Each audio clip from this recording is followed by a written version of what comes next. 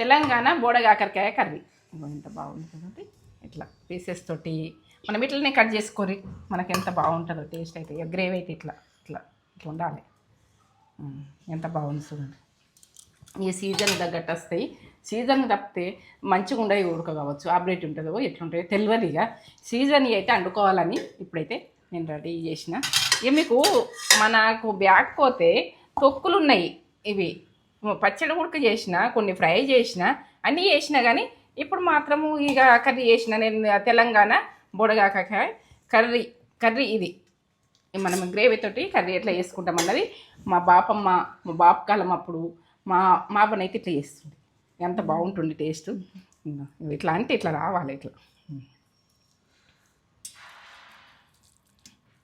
బా నోట్లకు వాటర్ వస్తున్నాయి. మేము చేన్లా మేమైతే ఒడ్డు పొంటి ఉంటుండే. ఇవి ఇట్లా గడ్డి ఉంటుండే, ఒడ్డు పొంటి ఇట్లా తీస్తుంటే వెళ్తుండే మస్తు ఆడకలు. ఇందాక చెట్ల మీద ఏంటంటే పందిళ్ళ మీద ఇట్లా వాడుతుండే. డాడీ కూడా ఇష్టం, బాగా ఇష్టం.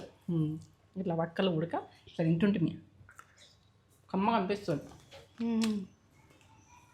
కమ్మ టేస్ట్ వదలకుండా తినాలి, అంత కమ్మ ఉంటుంది. కమ్మ టేస్ట్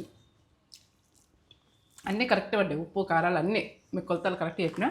పావు కిలో కొలతలు చెప్పిన. మీరు అర్ధ కిలో వేసుకుంటే డబ్బులు వేసుకుంటారు. ఇది విషయం. ఉప్పు కారాలు మీ ఇష్టం. ఇక నేత్ర ఫుడ్ ఛానల్కి అర్జెంట్ పోయి చూసి మనం బోడగాకరకాయ అన్నది ఎట్లా తినాలి, ఏం తినాలి అన్నది కూడా ఇట్లా వండుకుంటే వదలం. అంత బాగుంటుంది. పిల్లలు కూడా తింటారు, మనం తింటాం. ఆరోగ్యానికి మంచి.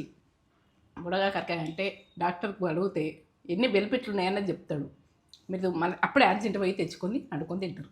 ఇది ప్రాసెస్ సింపులే, టేస్ట్ లెవెల్. సరే.